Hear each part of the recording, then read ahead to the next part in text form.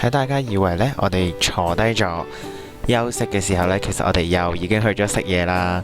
我哋坐咗喺咖啡龍啦。咁其實我哋都係嗌咗Ruffle 食啦。呢個係抹茶 Ruffle 啦。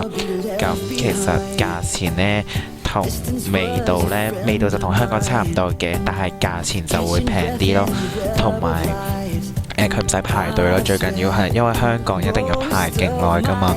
咁我都好建議大家會去試下咯，因為真係唔使排隊咯。跟住我哋2個人嗌咗3樣嘢食，跟住其實都好飽，因為其實我哋啱啱食完嘢呢，行過隔離街，跟住又再坐低食咗嘢，所以係勁飽咯。跟住呢一個野莓飲呢，其實我覺得有啲酸嘅，咁唔中意食酸嘅可以試下啦就。咁跟住呢，我哋食完咖啡龍之後呢，我哋翻對咗酒店放低咗少少嘢呢，之後就去咗跳舞啊。因為其實我哋主要目的呢係諗住嚟上一堂跳舞堂嘅。咁之後呢，我哋就去咗一間叫做 IP Dance School 嘅 Dance Studio 度上咗一堂啦。嗨，我哋終於翻到嚟整晒所有嘢啦。跟住我哋依家會出去，跟住依家一齊食紅一啊！如果有位嘅話，定係去行士林夜市咯，因為我哋本身諗住行士林夜市嘅。咁我哋行。等帶咗卡未？我覺得我呢個好似搭黑色好似近啲咯。OK。咁跟住呢，我哋呢行下去紅一嘅時候呢，竟然發現到呢，呢一間係西門町嘅粒粒雪糕呢，竟然冇人等喎。咁所以我哋就去咗食啦。咁間鋪面都唔係好大啫，但係得4隻味。勁好食咯，因為其實之前我哋嗰幾日咧都勁想買嚟食啦，但係勁多人排。依家冇人排隊咯。即係你係實要不斷掟晒落嚟啦。喺香港冇得食啊！排完之後所以嚟到一定要買，喺真鮮對面，但係要冇人排隊先好買嘢嘛。喺萬國老味啊，萬國老味啲人都話一定要食嘅。咁之後呢，我哋食完粒粒雪糕之後呢，就繼續翻我哋揾紅一嘅艱巨嘅任務啦。咁跟住我哋行咗好耐，終於揾到啦。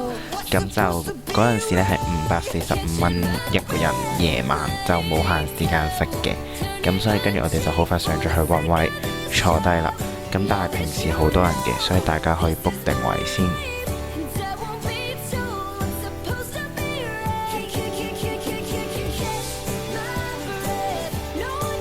咁呢，我哋就坐低咗個4人位啦。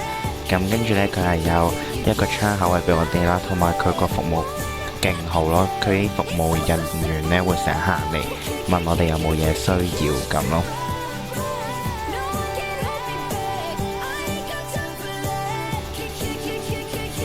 咁呢一版呢，就係佢嗰啲擺喺台上面嗰啲餐牌啦。咁跟住呢，佢就會講俾我哋聽佢有邊啲肉可以食，同埋有另外一版呢，係你加錢呢，可以嗌埋嗰啲海鮮燒嘅。咁其實我覺得唔使加海鮮都已經好好食啦，因為佢啲牛肉呢，有薑葱啦同埋芝士配呢，你燒完之後就已經勁好食咯，同埋係不斷飲 feel 咯。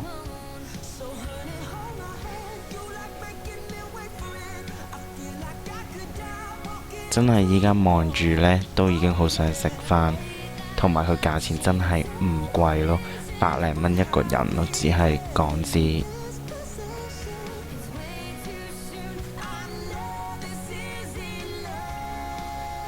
好啦，咁我哋啱啱呢就食完紅一啦，係真係好好食咯，真係要去試下。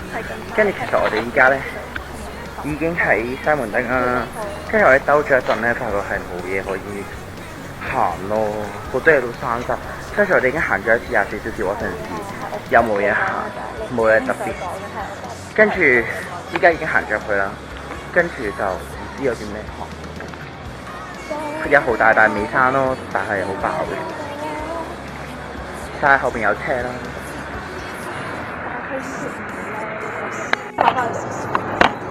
買啲 Nike 咁樣。我唔覺得有一條係任何嘅嚇，大家睇下。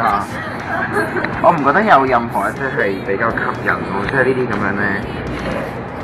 呢啲曠世奇梯，我唔係感興趣，唔太感興趣。紅豆應該係最 Nike。嚇！我會比較想飲呢啲咯。我都要飲翻。呢啲可以食到呢個肚嘅嘢。我飲翻我最中意飲嗰隻檸檬紅茶。屌，好飲咩？我琴日都覺得。我次次都係飲呢一個㗎，大家。跟住鬧你點解咁難飲嘅？你推介先。嚟到台灣一定要飲呢個，超級好飲，七仔25蚊，即係幾多錢港紙呢？即係幾多錢港紙啊？之後呢，我哋呢所有嘢完晒，行埋七仔呢，就返咗酒店呢個 lobby 度用 iMac 上網啦。因為其實我哋聽日呢應該會去9分10分啦，所以呢，我哋就上網睇定聽日火車站嘅時間表先嘅。